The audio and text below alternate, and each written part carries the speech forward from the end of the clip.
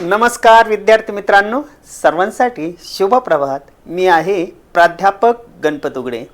चला तर मित्रांनो, आपण मराठी व्याकरणाचा अभ्यास करत आहोत। हा अभ्यास करत असताना यापूर्वी देखील मी तुम्हाला सांगितलं की कोणतीही स्पर्धा परीक्षा घ्या, मराठी व्याकरणाशिवाय तुम्ही मेरिट लिस्टला येऊ शकत नाही। मग यापूर्वी आपण मराठी भाषा उगम विकास, त्यानंतर वर्णविचार, त्याचबरोबर समास या घटकांचा आपण अभ्यास केला। आज आपण पाहणार आहोत मराठी भाषेतील काय पाहणार आहोत रे, जोडाक्षरे। काय पाहणार आहोत? मराठी भाषेतील जोडाक्षरांचा संदर्भात आपण या ठिकाणी अभ्यास करणार आहोत। आपला विषय आहे या ठिकाणी जोडाक्षरे। जोडाक्षरे। आता जोडाक्षरे आणि मूलध्वनी या संदर्भात या ठिकाणी आपण अभ्यास करणार आहोत। परीक्षेच्या दृष्टिकोनातून विचार करत असताना परीक्षेला PYQ प्रिव्हियस इयर क्वेश्चन विचारले जातात। आता प्रिव्हियस इयर क्वेश्चन कसे विचारले जातात तर तुम्हाला विचारलं जाईल की प्रश्न असा आहे, उत्तर तुम्हाला सोडवायचं आहे। प्रश्न पहा काय लिहिलेला आहे, मृण्मयी। मृण्मयी हा जो काही शब्द आहे, या शब्दामध्ये तुम्हाला विचारलं जाईल जोडाक्षरांची संख्या किती। जोडाक्षरे किती, अशा प्रकारचा प्रश्न परीक्षेला विचारला। आणि विचारल्यानंतर इथं तुम्हाला पर्याय टाकलेले आहेत।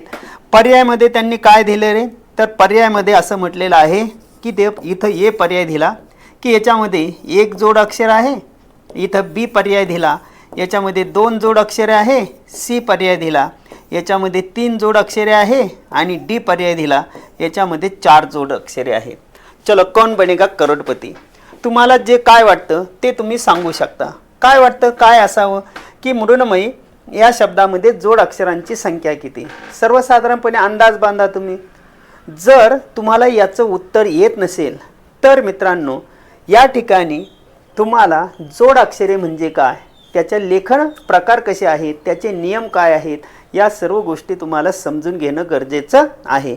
चला तर मग आता या उत्तराचा जर विचार वगैरे केला तर मित्रांनो, याच्यामध्ये जोडाक्षरांची संख्या फक्त आणि फक्त एकच आहे। किती आहे रे? एकच आहे। आता बरेच विद्यार्थी या ठिकाणी काय म्हणतील की दोन आहे, पण मित्रांनो हे जे आहे ना, हे जोडाक्षर नाही, फक्त जोडाक्षर नम आहे, बरोबर। आणि म्हणून हेही उत्तर चुकीचं आहे, हेही उत्तर चुकीचं आहे, हेही उत्तर चुकीचं आहे। फक्त उत्तर कोणतं बरोबर आहे रे? ए उत्तर बरोबर आहे। ठीक आहे, तर येच का, मग त्याच्या पाठीमागचा नियम काय सांगतो हेही आपण अभ्यासणार आहोत। यासाठी चला तर आपण पाहतोय मराठीतील जोडाक्षरे। आता नीट लक्षात घ्या बरं का, मी इथं लिहिलं जोडाक्षरे। जोडाक्षरे। आता या जोडाक्षरांचा विचार करत असताना इथं तुम्हाला लक्षात ठेवायचं आहे जोडाक्षरे म्हणजे काय। तर जोडाक्षरे याचा अर्थ असा की प्रथम शब्दातील अक्षरामध्ये, इथं लक्षात ठेवा, शब्दातील अक्षरामध्ये शब्दातील अक्षरामध्ये प्रथम दोन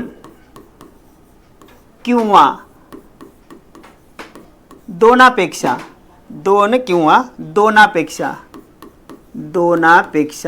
प्रथम दोन किंवा दोनापेक्षा अधिक व्यंजने एकत्र येतात। प्रथम दोन किंवा दोनापेक्षा अधिक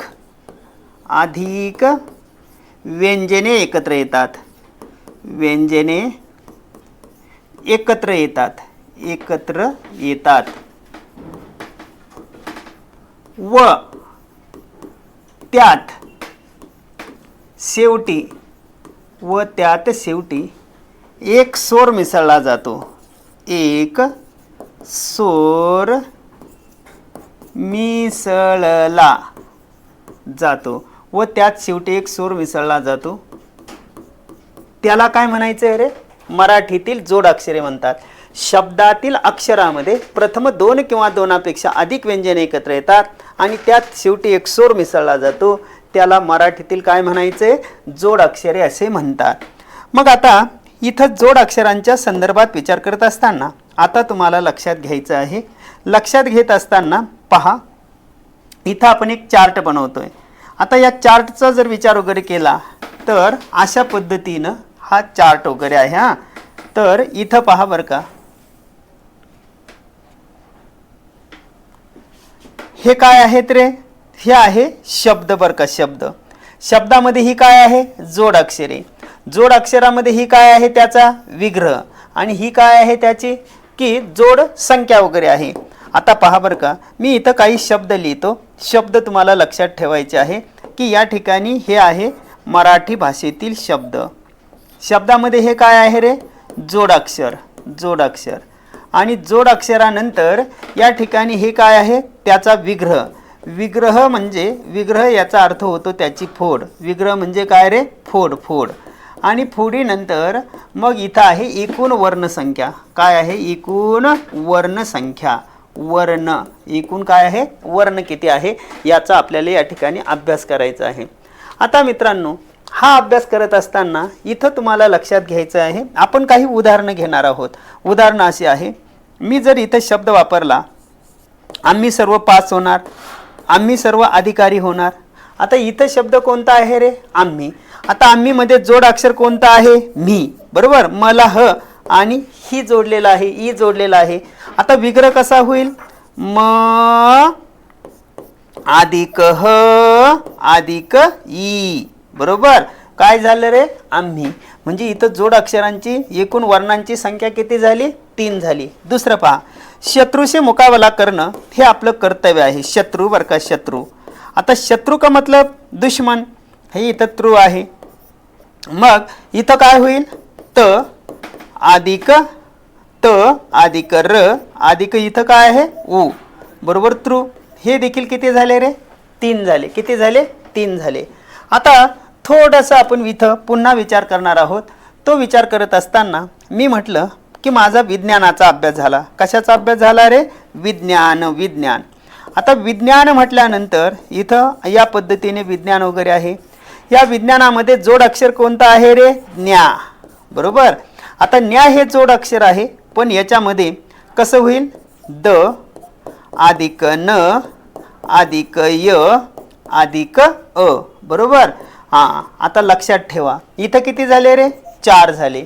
मी म्हटलं महाराष्ट्र, पावर का, महाराष्ट्र. आता महाराष्ट्राचा जर विचार वगैरे केला तर महाराष्ट्राचा विचार करत असताना महाराष्ट्रामध्ये जोड अक्षर स्ट्रा आहे. काय आहे रे, स्ट्रा. आता याचा जर पाहिलं तर श अधिक ट अधिक र अधिक आ. मग काय होईल, महाराष्ट्र.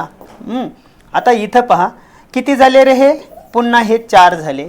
मग आता लक्षात ठेवा, नीट लक्षात बारकाईने लक्षात घ्यायचं आहे, एकदम परफेक्ट आहे. पहा मी व्याख्या काय सांगितली. मी तुम्हाला व्याख्या अशी सांगितली, काय सांगितली की शब्दातील अक्षरामध्ये, नीट पहा बरं का, पहा शब्दातील अक्षरामध्ये प्रथम 2 किंवा 2पेक्षा अधिक व्यंजने एकत्र येतात व त्यात शेवटी एक स्वर मिसळला जातो आणि म्हणून त्याला काय म्हणायचं, जोडाक्षरे. आता हे काय आहे, शब्द. हे काय आहे, जोडाक्षर. हा काय आहे, विग्रह. आणि हे आहे एकूण वर्ण. आता आम्ही या शब्दामध्ये मी हे जोडाक्षर आहे. मग इथं आता तुम्हाला लक्षात घ्यायचं आहे, पहा बरं का, मी काय सांगतो नीट बारकाईने लक्षात घ्या. हे पहा, म व्यंजन आहे, ह व्यंजन आहे, ई नावाचा काय आहे रे, स्वर. हे पहा, व्यंजन व्यंजन आणि स्वर. पण इथं मात्र खाली जरा तुम्ही पाहिलं तर द हे व्यंजन आहे, न हे व्यंजन आहे, ये पण व्यंजन आहे, श व्यंजन आहे, ट व्यंजन आहे, र पण व्यंजन आहे. याचा अर्थ काय होतो, शब्दातील अक्षरामध्ये प्रथम 2 किंवा 2पेक्षा अधिक व्यंजने एकत्र येतात आणि त्यात शेवटी एक स्वर मिसळला जातो. हे पहा, स्वर स्वर स्वर स्वर. आणि म्हणून तो जो काही प्रकार आहे त्या प्रकाराला मराठी भाषेतील जोड अक्षरे असे म्हणतात. नीट लक्षात ठेवा, शब्दातील अक्षरामध्ये प्रथम 2 किंवा 2पेक्षा अधिक व्यंजने एकत्र येतात आणि त्यात शेवटी एक स्वर मिसळला जातो, त्याला मराठी भाषेतील जोड अक्षरे असे म्हणतात. येते ना लक्षात, समजलं इथपर्यंत? मग चलायचं ना पुढे. ओके, आता ही फक्त मी जोड अक्षराची व्याख्या सांगितली. बरोबर, पण जोड अक्षरामध्ये मृण्मयी तुम्हाला शब्द दिला होता. तर मृण्मयी याचा जर विचार वगैरे केला तर हा विचार करत असताना एक गोष्ट पक्की लक्षात ठेवायची आहे. हा जो काही नियम आहे या नियमाच्या संदर्भात विचार करत असताना नियम काय सांगतो पहा. नियम असं सांगतो की मराठी भाषेमध्ये हा जो काही रू आहे हे रू आहे आणि हा जो काही लू आहे लू, रू आणि लू हे जे काही दोन स्वर वगैरे आहेत या स्वरांचा विचार करत असताना इथं तुम्हाला लक्षात घ्यायचं आहे, या दोन स्वरांचा विचार करत असताना यापासून दोन जोडाक्षरे तयार होत नाही. रू आणि लू या दोन स्वरांपासून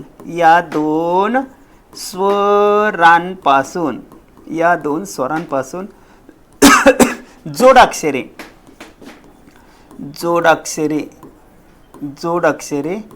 तयार होत नाही. काय इथं नीट लक्षात घ्या, रू आणि लू या दोन स्वरांपासून जोडाक्षरे तयार होत नाही. पक्क लक्षात ठेवायचं आहे तुम्हाला. इथं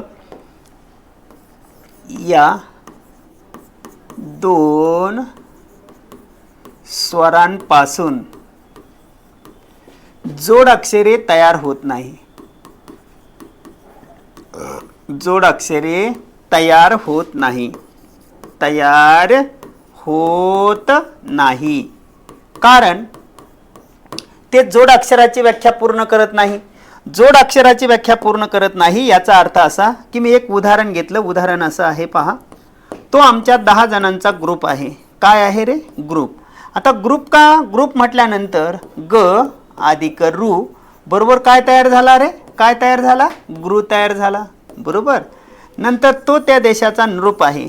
नृप का मतलब होता है न अधिक रू बरोबर काय तयार झाला रे? नृ तयार झाला. सृष्टी सौंदर्य डोळ्याने भरभरून पाहायला भावं. सृष्टी सौंदर्य. आता स अधिक रू बरोबर काय तयार झाला रे? श्रू तयार झाला. बरोबर. नंतर मी जर म्हटलं पृथ्वी किंवा क्लुप्ती शब्द घ्या, सृष्टी. आता नीट लक्षात घ्या बरं का, इथं शब्द होता रे सृष्टी आणि सृष्टीनंतर क्लुप्ती. आता क्लुप्ती याचा अर्थ क्लुप्ती म्हणजे पहा क अधिक लू बरोबर काय तयार झाला रे? क्लू तयार झाला. काय तयार झाला? क्लू तयार झाला. मग आता लक्षात घ्या बरं का, लक्षात घ्यायचं आहे.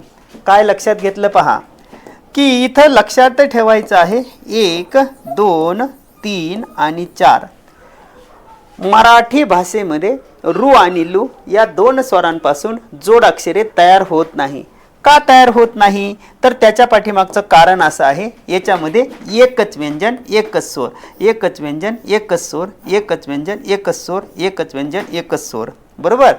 आणि आपली व्याख्या काय सांगते की शब्दातील अक्षरामध्ये प्रथम 2 किंवा 2पेक्षा अधिक व्यंजने एकत्र येतात आणि त्यात शेवटी एक स्वर मिसळला जातो. मित्रांनो, इथं मात्र एकच व्यंजन आणि एकच स्वर आहे. हे जोडाक्षराची व्याख्या पूर्ण करत नाही. आणि म्हणून मग तुम्हाला लक्षात ठेवायचं आहे ते म्हणजे असं की गृहपाठ हा जो काही शब्द आहे, गृहपाठ. पहा शब्द कसा आहे? गृहपाठ. बरोबर. हा शब्द कोणता आहे रे? तर इथं आपण पाहिलं गृहपाठ. गृहपाठ या शब्दामध्ये जोडाक्षरांची संख्या किती आहे रे? 0. हृदय या शब्दामध्ये जोडाक्षरांची संख्या देखील कशी आहे? 0च आहे. म्हणजे या दोन शब्दामध्ये इथं आपल्याला जोडाक्षरे आढळत नाहीत. जोडाक्षरे नाहीत. वरील दोन्हीही शब्दामध्ये जोडाक्षरे नाहीत. आणि म्हणून सुरुवातीचा जो काही मी तुम्हाला प्रश्न विचारला होता तो प्रश्न असा होता, मृण्मयी हा जो काही शब्द आहे या शब्दामध्ये जोडाक्षरांची संख्या किती? तर मित्रांनो, हे जोडाक्षर आहे का रे? मग हे जोडाक्षर आहे का? नाही. मग याच्यामध्ये जोडाक्षर फक्त किती आहे रे? 1 आहे. किती आहे? 1. ओके. मग आता तुमचं समाधान झाले असेल, किंबहुना तुम्हाला लक्षात आलं असेल की मराठी भाषेमध्ये रू आणि लू या दोन स्वरांपासून जोडाक्षरे तयार होत नाही. कारण याच्यामध्ये नियम असा सांगतो, एकच व्यंजन आणि एकच स्वर आहे. समजलं इथपर्यंत? काय नियम काय सांगितलं की मराठी भाषेमध्ये रू आणि लू या दोन स्वरांपासून जोडाक्षरे तयार होत नाहीत. कारण ते जोडाक्षराची व्याख्या पूर्ण करत नाही. जोडाक्षरे व्याख्या पूर्ण करत नाही. जोडाक्षरांची व्याख्या त्यांच्याकडून काय होत नाही रे? पूर्ण होत नाही. पूर्ण होत नाही. पूर्ण होत नाही.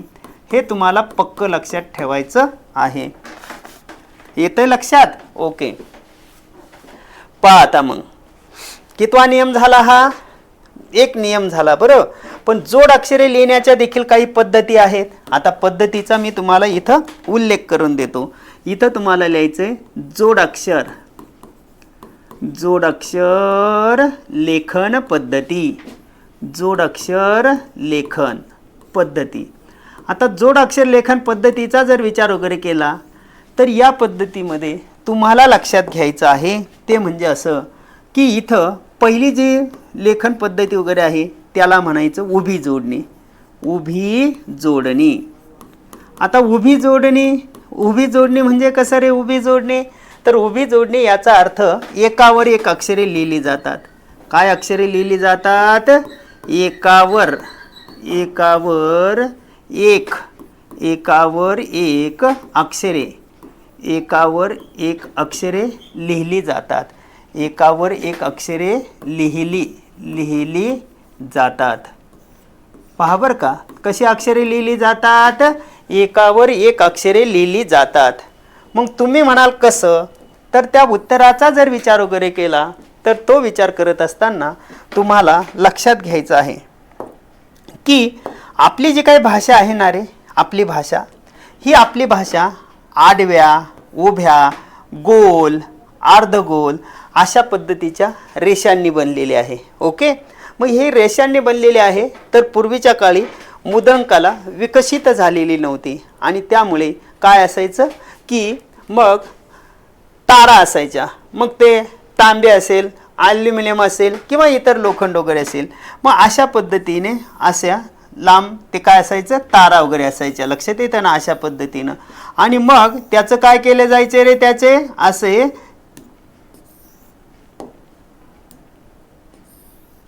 असे त्याचे तुकडे केले जायचे. काय केले जायचे? असे त्याचे तुकडे केले जायचे. असे तुकडे आणि त्याला आकार दिला जायचा. काय केलं जायचं? त्याला आकार दिला जायचा.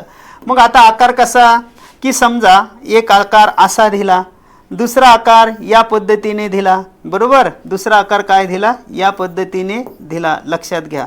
इथं अशा पद्धतीचा एक खिळ्याला आकार दिला, दुसऱ्याला असा आकार दिला, अशा पद्धतीचा आकार दिला, तिसरा आकार इथं तुम्हाला लक्षात घ्यायचं आहे. अशा पद्धतीचे खिळे वगैरे त्यांना आकार दिले जात होते. आणि मग आता मला एखादा शब्द बनवायचा आहे. मग मी हा इथं उचलणार. इथं उचलल्यानंतर काय आहे रे?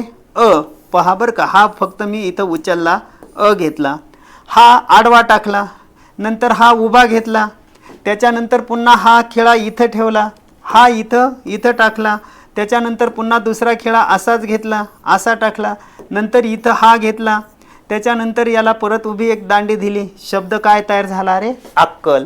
किती मोठा प्रपंच करावा लागत होता पहा. मग अक्कल शब्द असा लिहिला जात होता, नक्कल शब्द असा लिहिला जात होता, पक्व शब्द असा लिहिला जात होता पक्व, आणि पद्म शब्द असा लिहिला जात होता पद्म. येतंय लक्षात? आणि म्हणून पूर्वीच्या काळी मराठी भाषेमध्ये एकावर एक अक्षरे लिहिण्याची पद्धत होती. आणि म्हणून याला काय म्हटलं जातं रे? याला म्हटलं जातं, तुमच्या भाषेमध्ये याला म्हटलं जातं उभी जोडणी. कोणती जोडणी आहे रे? उभी जोडणी. ठीक आहे. मग उभ्या जोडणीमध्ये अलीकडे तुम्हाला एक परफेक्ट शब्द सांगतो की विठ्ठल हा जो काही शब्द आहे, हा विठ्ठल शब्द कधीही तुम्हाला आडव्या जोडणीमध्ये लिहिता येत नाही. तो उभ्या जोडणीमध्येच लेखन करावं लागतो. पहा, विठ्ठल विठ्ठल विठ्ठला, हरी ओम विठ्ठला, विठ्ठल. येतंय लक्षात? हे झालं विठ्ठल. ही जी काही जोडणी आहे ना रे, या जोडणीला म्हणायचं उभी जोडणी. कोणती? उभी जोडणी. उभी जोडणी म्हणजे एकावर एक अक्षरे लिहिली जातात. ओके. दुसरा जो काही प्रकार वगैरे आहे, त्या दुसऱ्या प्रकाराचा जर विचार वगैरे केला तर दुसऱ्या प्रकाराला म्हटलं जातं आडवी जोडणी. कोणती जोडणी आहे रे दुसरी? आडवी जोडणी. आडवी जोडणी. आता आडव्या जोडणीचा जर विचार वगैरे केला तर आडवी जोडणी म्हणजे कशी? तर एका पुढे एक अक्षरे लिहिली जातात. काय सांगितलं मी? एका पुढे एक अक्षरे लिहिली जातात. एका पुढे एक अक्षरे लिहिली जातात. हे तुम्हाला पक्क लक्षात ठेवायचं आहे. एका पुढे एक अक्षरे लिहिली जातात. आता याचा जर विचार वगैरे केला तर हा विचार करत असताना तुम्हाला इथं लक्षात घ्यायचं आहे एका पुढे एक अक्षरे कशी लिहिली जातात. मी एक उदाहरण घेतलं. उदाहरण पहा. उदाहरण असं आहे की मी जर इथं म्हटलं, एक उदाहरण घेतलं, हे पहा. मगाचं उदाहरण होतं अक्कल शब्द आहे. कोणता शब्द आहे रे? अक्कल शब्द आहे. त्यानंतर इथं पद्म शब्द आहे. पद्म नंतर पक्व शब्द आहे. पक्व शब्द आहे. त्यानंतर इथं मुद्दल शब्द आहे. ओके. तर ही जी काही जोडणी आहे या जोडणीला कोणती जोडणी म्हणायचं रे? आडवी जोडणी. मगाची जोडणी कशी होती रे? उभी जोडणी. त्यानंतर त्याच्याही पुढे आपल्याला जोडाक्षरे लिहिण्याच्या पद्धती आहे. हा जो हे अक्षर आहे याला म्हटलं जातं श्र. आता श्र म्हणजे कसं? तर इथं जर पाहिलं श अधिक र अधिक अ म्हणजे हे तिघजण एकत्र आले आणि हे जोडाक्षर तयार झालं. दुसरं जर पाहिलं तर त्र नावाचं जोडाक्षर आहे. मग हे कसं तयार झालं रे?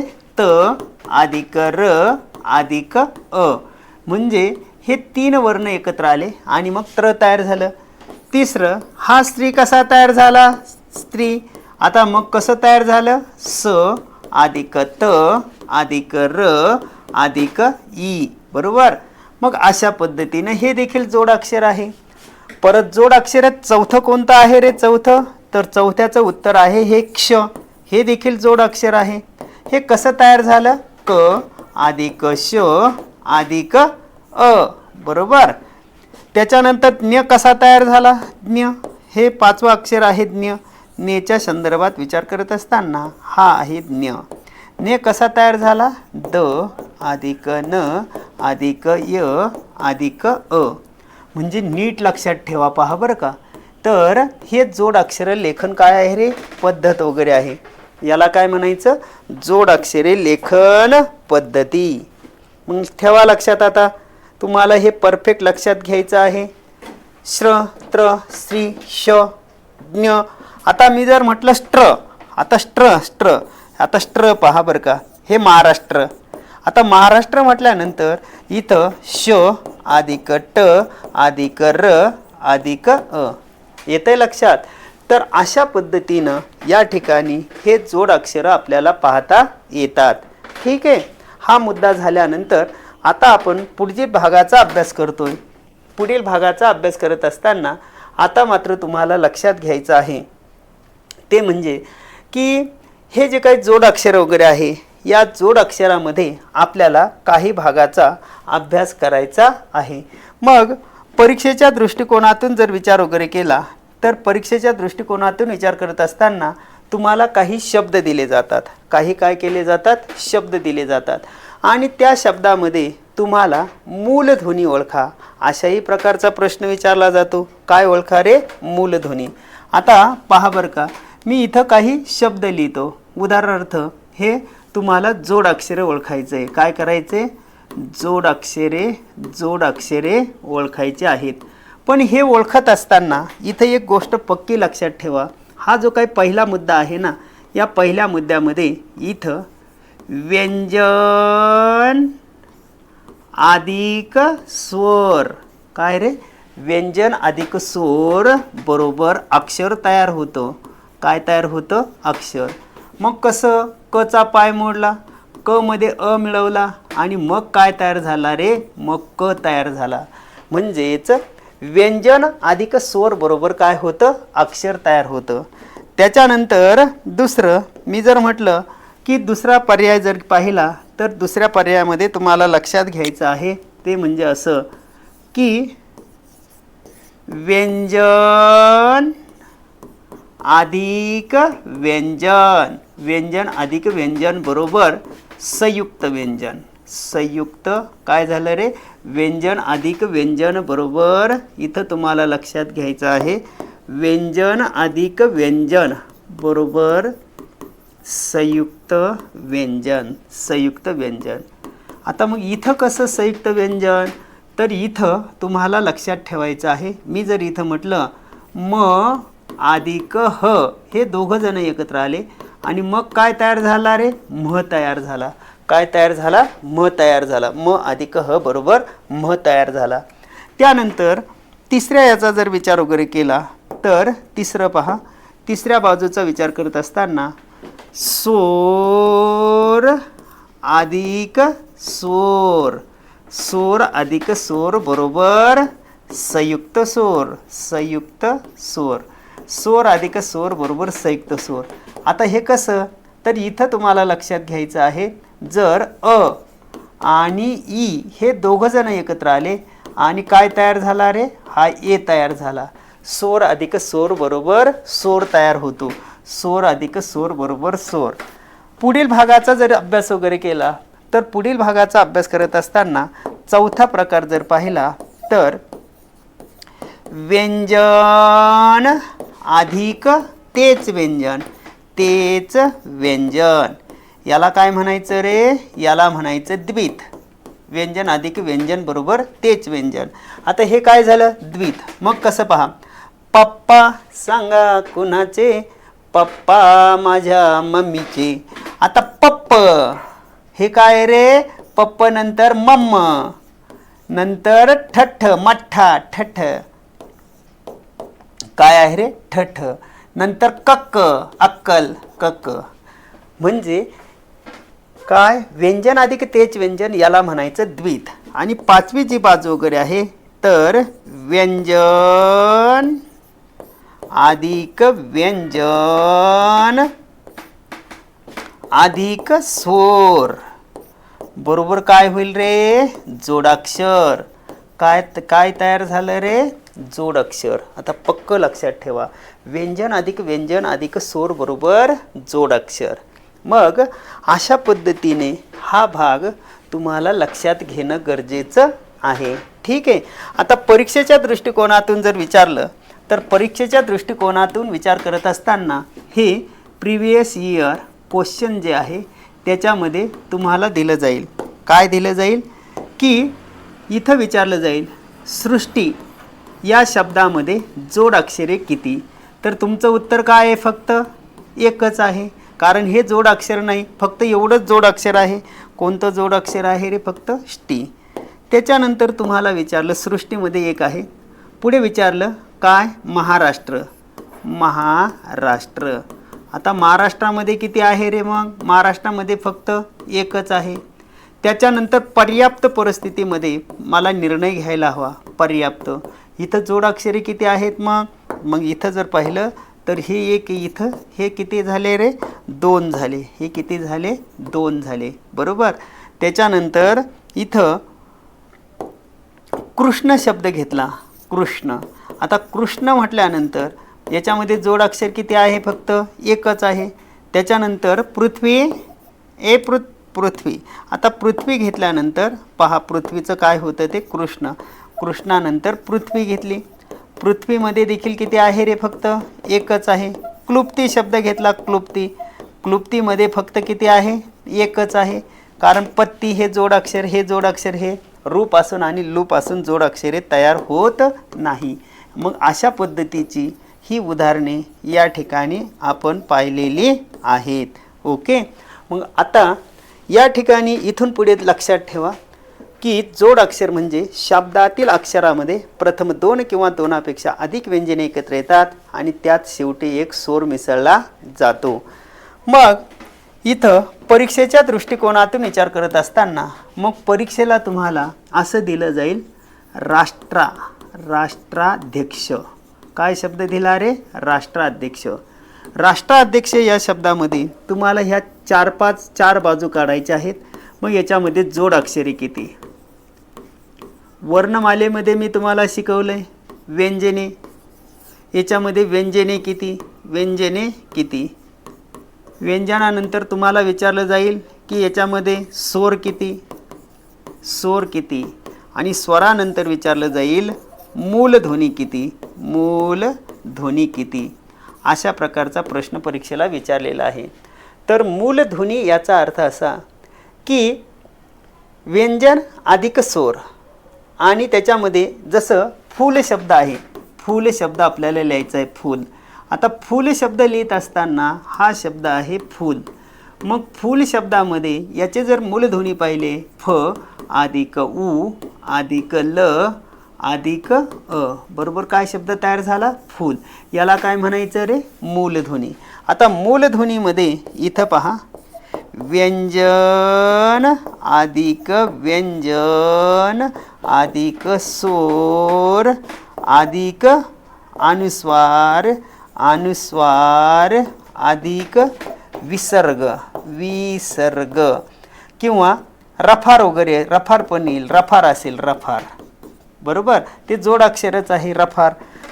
मग व्यंजन व्यंजन अधिक स्वर अनुस्वार विसर्ग रफार.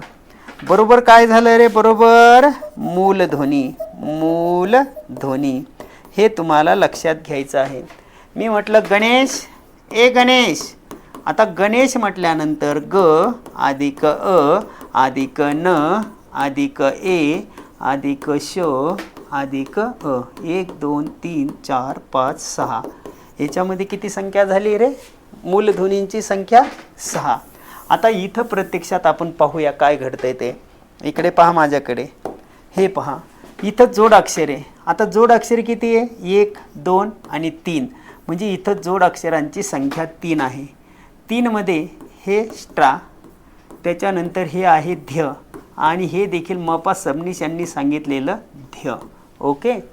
त्याच्यानंतर व्यंजनांची संख्या किती आहे? 1 2 3 4 5 6 7 8 व्यंजन आहेत. किती? 8. कोणते पाहून घ्या.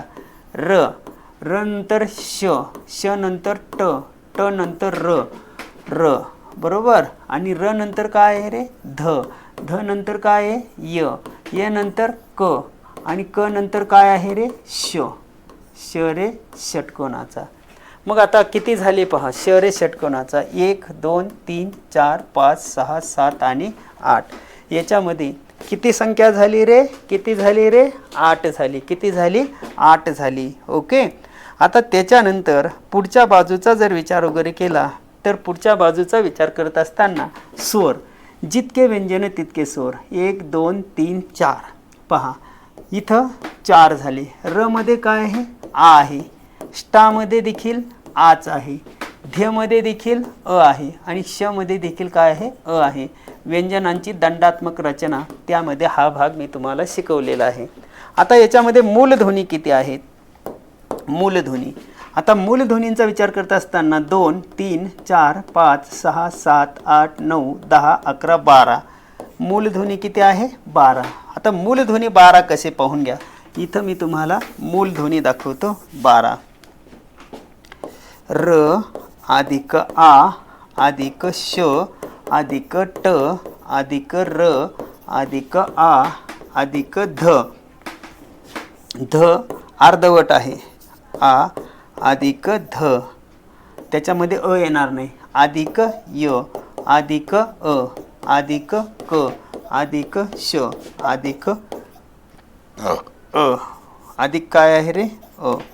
मग आता पहा, पहा नीट लक्षात घ्या. 1 2 3 4 5 6 7 8 9 10 11 आणि 12.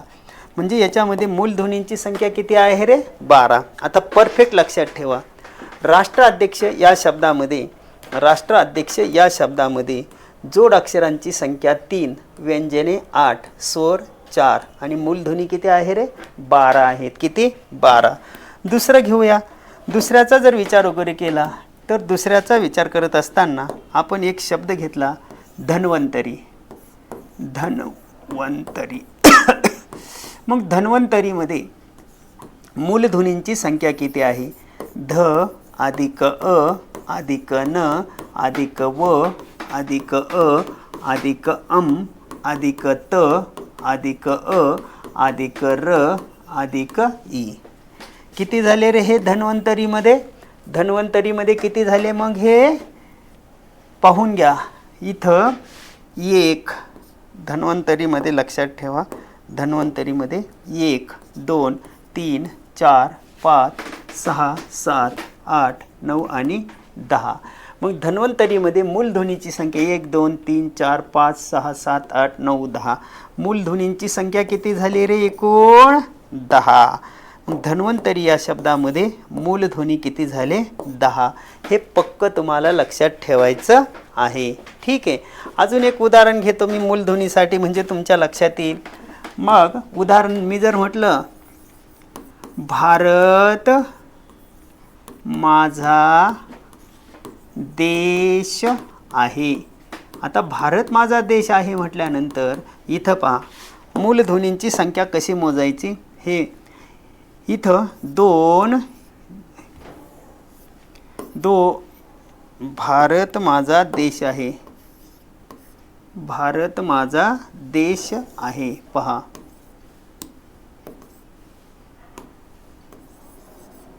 भारत शब्द आहे, बरोबर. आता इथं कसं होईल रे?